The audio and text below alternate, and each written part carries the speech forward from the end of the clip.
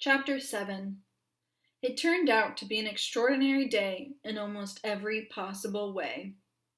It started with finding the tiger, and it ended with Sistine Bailey sitting down next to him on the bus on the way home from school. Her dress was torn and muddied. There was a scrape down her right arm, and her hair stuck out in 100 different directions. She sat down in the empty seat beside him and stared at him with her black eyes. "There isn't any place left to sit," she said to him. "This is the last empty seat." Rob shrugged. "It's not like I want to sit here," she said. "Okay," said Rob.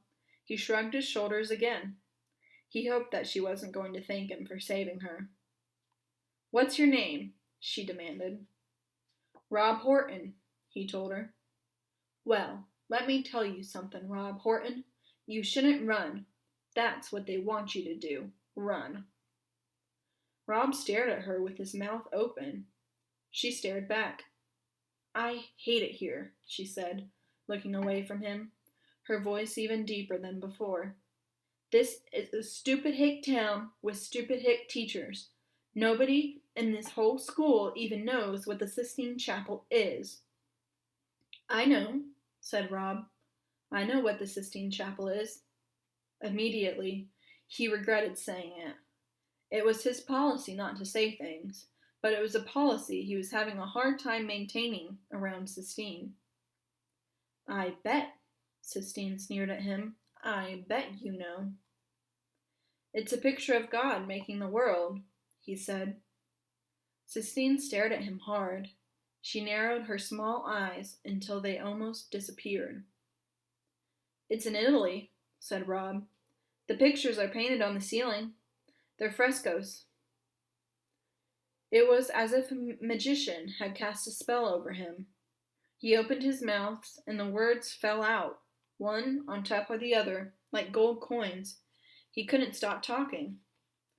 "I don't got to go to school on the count of my legs. I got a note that says so. Mr. Felmer, he's the principal. He says the parents are worried that what I got is contagious. That means the other kids could catch it." "I know what contagious means," Sistine said. She looked at his legs, and then she did something truly astounding. She closed her eyes and reached out her left hand and placed it on top of Rob's right leg. "Please let me catch it," she whispered. "You won't," said Rob, surprised at her hand, how small it was and how warm. It made him think for a minute of his mother's hand, tiny and soft. He stopped that thought. "It ain't contagious," he told her. "Please let me catch it," Sistine whispered again, ignoring him, keeping her hand on his leg. "Please let me catch it so I won't have to go to school." "It ain't a disease," said Rob. "It's just me."